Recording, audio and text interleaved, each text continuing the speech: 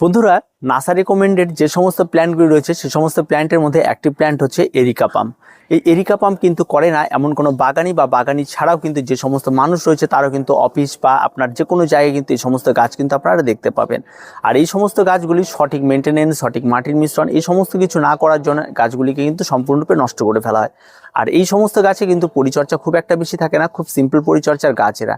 তো আজকে আমরা এই এরিকা পাম নিয়ে সমস্ত কিছু নিয়ে তার বিস্তারিত ভিডিওটি থাকছে। তো পুরো ভিডিওটি স্কিপ না করে দেখতে থাকুন, তাহলে আপনি আপনার ছাদ বাগানে থাকা বা আপনার ইনডোরে থাকা যে সমস্ত এরিকা পাম রয়েছে তার সঠিক পরিচর্যা করে সেগুলিকে দেখার মতো করে তুলতে পারবেন। সবার প্রথমে যে বিষয়টি নিয়ে কথা বলবো সেটা হচ্ছে চারা নির্বাচন। এই সমস্ত এরিকা পামের চারা আপনারা যেখানে সেখানেই পেয়ে যেতে পারেন, যে কোনো নার্সারিতেই।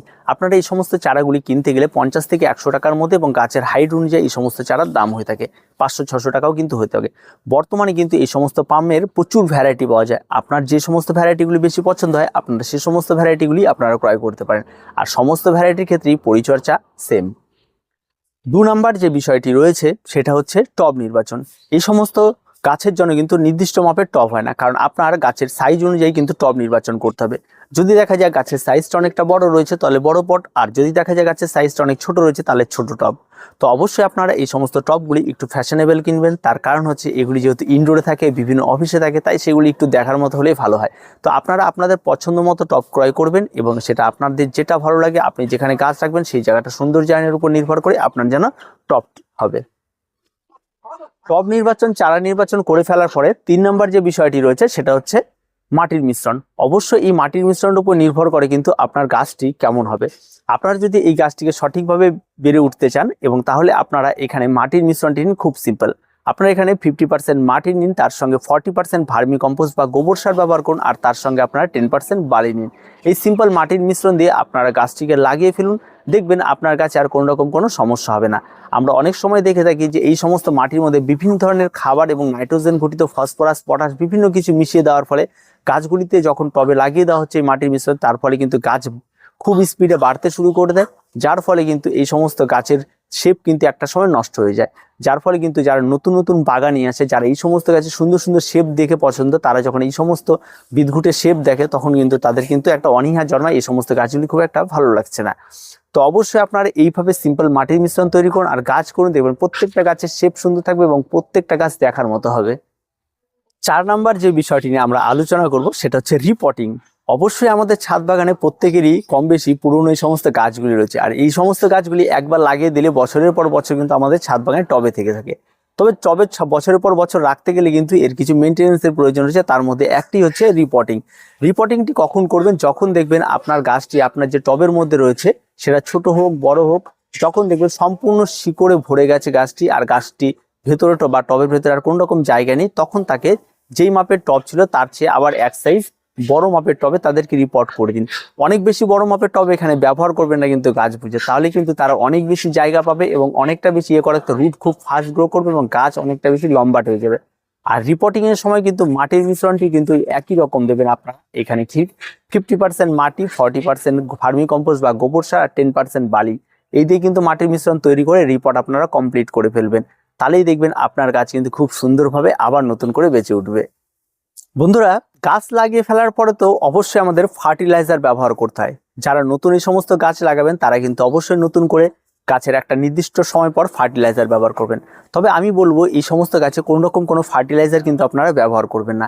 এই সমস্ত গাছের গোড়ায় কোনো খাবার আপনারা ব্যবহার করবেন না। যেই খাবার দিয়ে আপনার গাছটি লাগিয়েছেন সেই খাবারের মধ্যে এই সমস্ত গাছগুলিকে রেখে দেবেন দীর্ঘ সময়, বছরের পর বছর, যতদিন আপনি রিপোর্ট করছেন ততদিন। আর গাছের গোড়ায় কোনো রকম কোনো খাবার আপনারা প্রয়োগ করবেন না। এখানে শুধুমাত্র আপনার প্লেন জলই প্রয়োগ করবেন। এবার আসি গাছের পাতা। এই সমস্ত গাছের পাতাগুলি দেখার মতো সুন্দর করতে হলে আপনার গাছের পাতায় একটা ফার্টিলাইজার পাওয়া যায়, লিকুইড ফার্টিলাইজার NPK 20-20-20। আপনারা 1 লিটার জলে 2 গ্রাম মিশিয়ে নিয়ে আপনারা এই সমস্ত গাছের পাতায় স্প্রে করে দিতে পারেন। এতে তারা খুব সামান্য পরিমাণ খাবার পেয়ে থাকে, আর গাছের গ্রোথটা ভালো থাকে এবং গাছ তার পাতার কালারটা ভালো ধরে রাখে এবং গ্লিজি একটা ব্যাপার তৈরি হয়, যার ফলে কিন্তু দেখতে অনেকটা সুন্দর লাগে। 6 নম্বর যে গুরুত্বপূর্ণ বিষয়টি নিয়ে কথা বলবো সেটা হচ্ছে গাছের রোগ পোকামাকড়।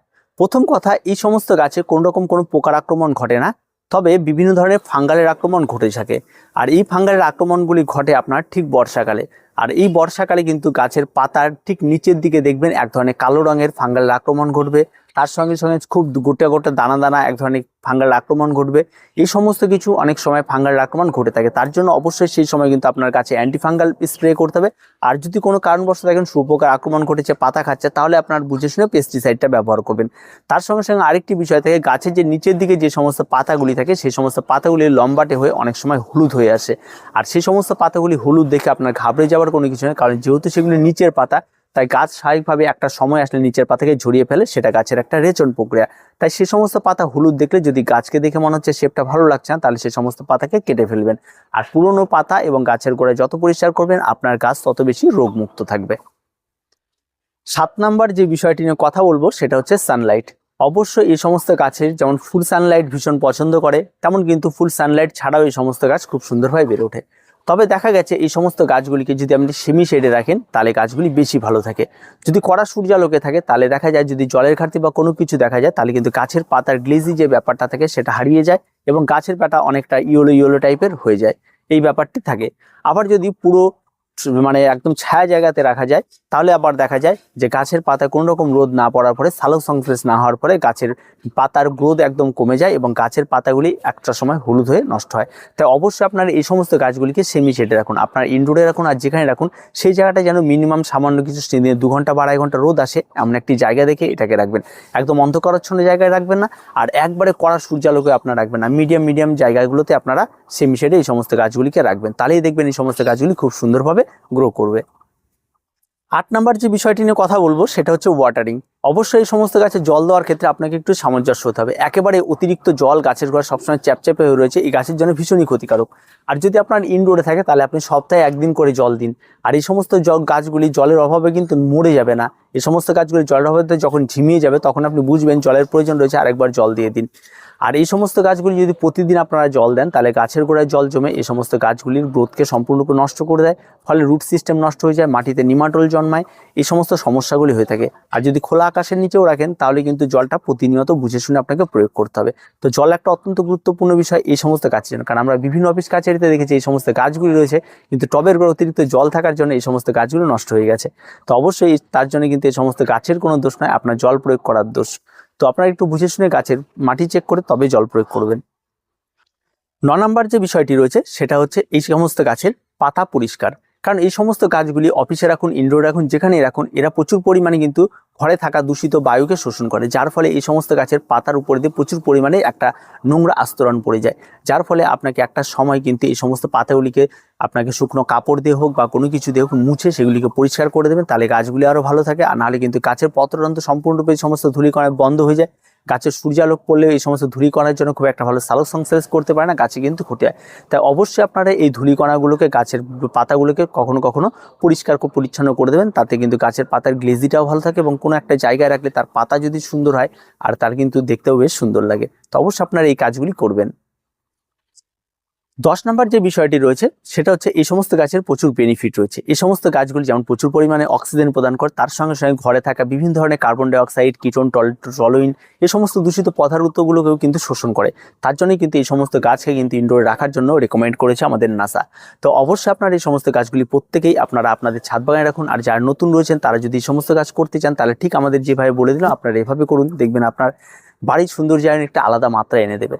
আর তার সঙ্গে সঙ্গে এই সমস্ত গাছে কিন্তু কিছু মনিটরিংও রয়েছে। আপনি কি প্রতিদিন গাছে জল দেবেন না, আপনি গাছের কাছে একটু যাবেন, গাছে গোড়া আগাছা হলে একটু পরিষ্কার করবেন, গাছের নিচের পাতাটি একটু অন্যরকম মনে হচ্ছে একটু কেটে দিলেন, আপনার গাছের শেপ নষ্ট হয়ে যাচ্ছে, আপনার সেটা বুঝে শুনে একটু কাটাই ছাটাই করবেন, দেখবেন গাছের নিচ দিয়ে আরও নতুন নতুন ব্রাঞ্চ বেরোবে। তাহলে ব্রাঞ্চ বেরোলে গাছের শেপ ভালো রাখতে হলে মেন গাছটিকে কেটে দিন, আবার ব্রাঞ্চটিকে ভালো করুন।